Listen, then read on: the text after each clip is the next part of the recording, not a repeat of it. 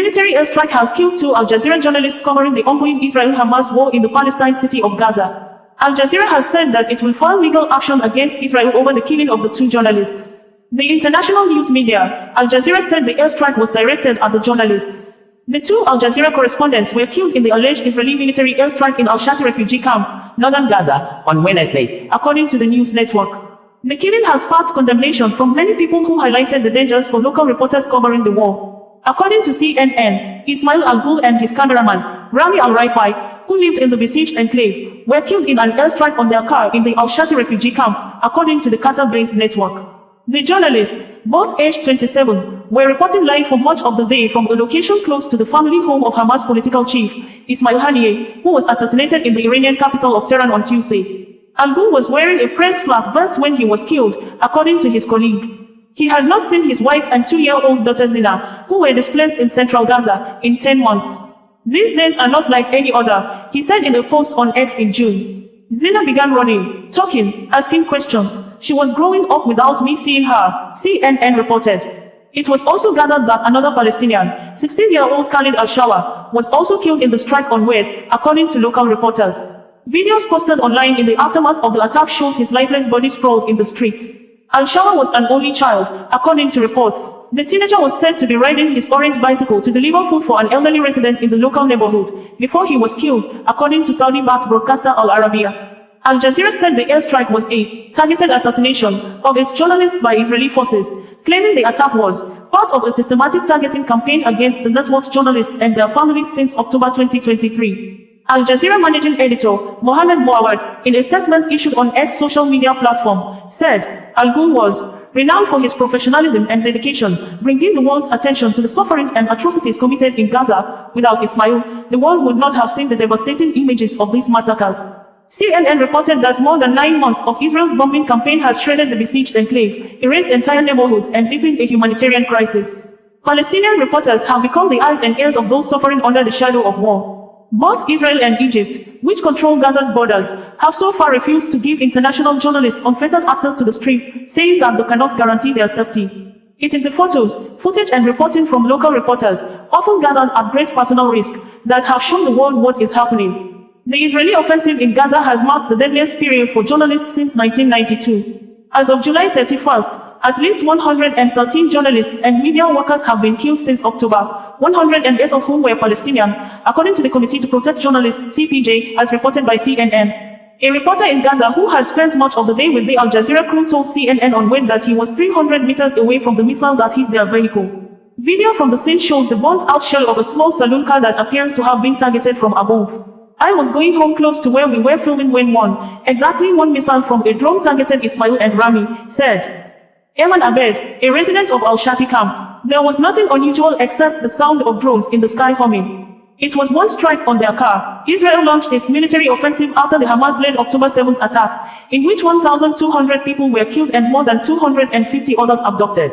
Israeli strikes in Gaza have since killed more than 39,000 Palestinians and injured another 90,000, according to the Ministry of Health there. CNN reads further that Palestinian journalists and press freedom groups paid tribute to Al-Ghul and Al-Rifai in the wake of the attack, demanding greater accountability for those responsible for attacks on reporters in Gaza. The CPJ asked Israel to explain the killing of both Al Jazeera staffers, in what it said appears to be a direct strike.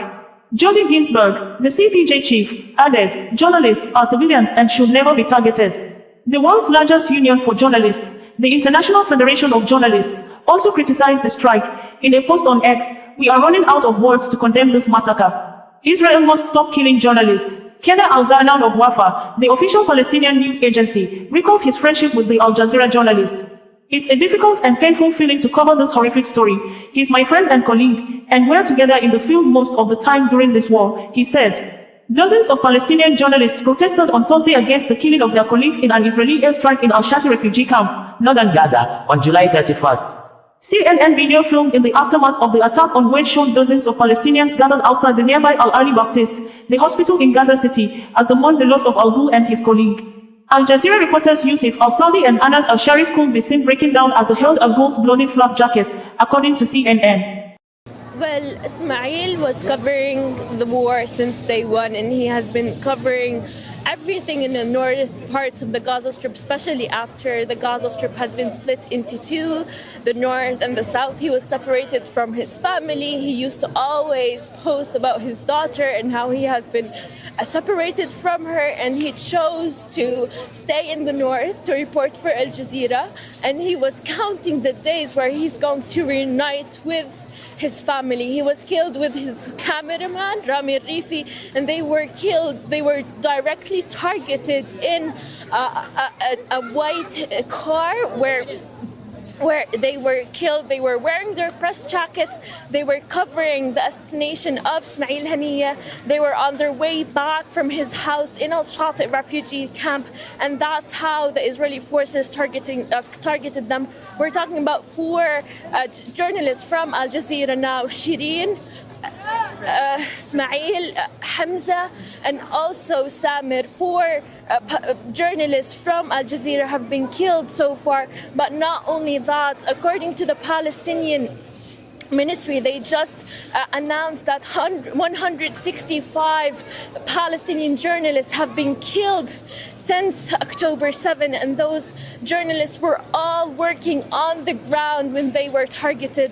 There's viral photos right now on how Ismail and Rami were targeted. It shows that they were wearing their press jackets every single day. Al Jazeera Arabic used to broadcast Ismail's reports, talking about different types of reports. So we're talking about airstrikes, the sewage, the famine, everything. And I had this call with Ismail a couple of days ago, and we were talking about helping Palestinians sick in the northern parts and trying to find a way to evacuate to the southern parts of the Gaza Strip. Ismail was not only a journalist, but he was trying his best to help everyone in the north, to help to find food for everyone in the north, and he was just a very kind person. And despite the fact that we did not see each other for 10 months after being separated from the southern parts and the northern parts of the Gaza Strip, we're still in contact, talking to each other about everything and helping each other to air and to report about the Gaza Strip and this ongoing genocide. And Hind, it is precisely because of the information that has got out to the world from the likes of Ismail, his cameraman Rami, and indeed yourself, that the world has a clearer understanding of some of the atrocities that are happening there in Gaza on a daily basis. I can hear it in your voice, Hind. This is an incredibly emotional moment for you and the team, and obviously for the whole Al Jazeera family. Can you give us a sense of the kind of precautions, the safety concerns, the measures that you have to go through on a daily basis, and Ismail would have had to go through to do his job? We do everything. We wear our press jackets, we wear our helmets. We try to not go to anywhere where it's not safe. We try to go to anywhere where to keep our security, but we have been targeted in normal places where normal citizens are. We're trying to do everything, but at the same time, we want to report. We want to tell the world what's going on. It's heartbreaking to report this today, and it's heartbreaking to report Shireen's killing, Hamza's killing, and Samir's killing. And this is not the first time we're doing this, but every time it feels as if it's the first time. It's a great loss for us here, journalists in Gaza, and especially Al Jazeera's team losing such a colleague. Hind, listen, we really, really appreciate your reporting and for sharing your memories of Ismail and Rami. Thank you very much for now. OsazuwaAkonedo, bringing you the news in a more digital way.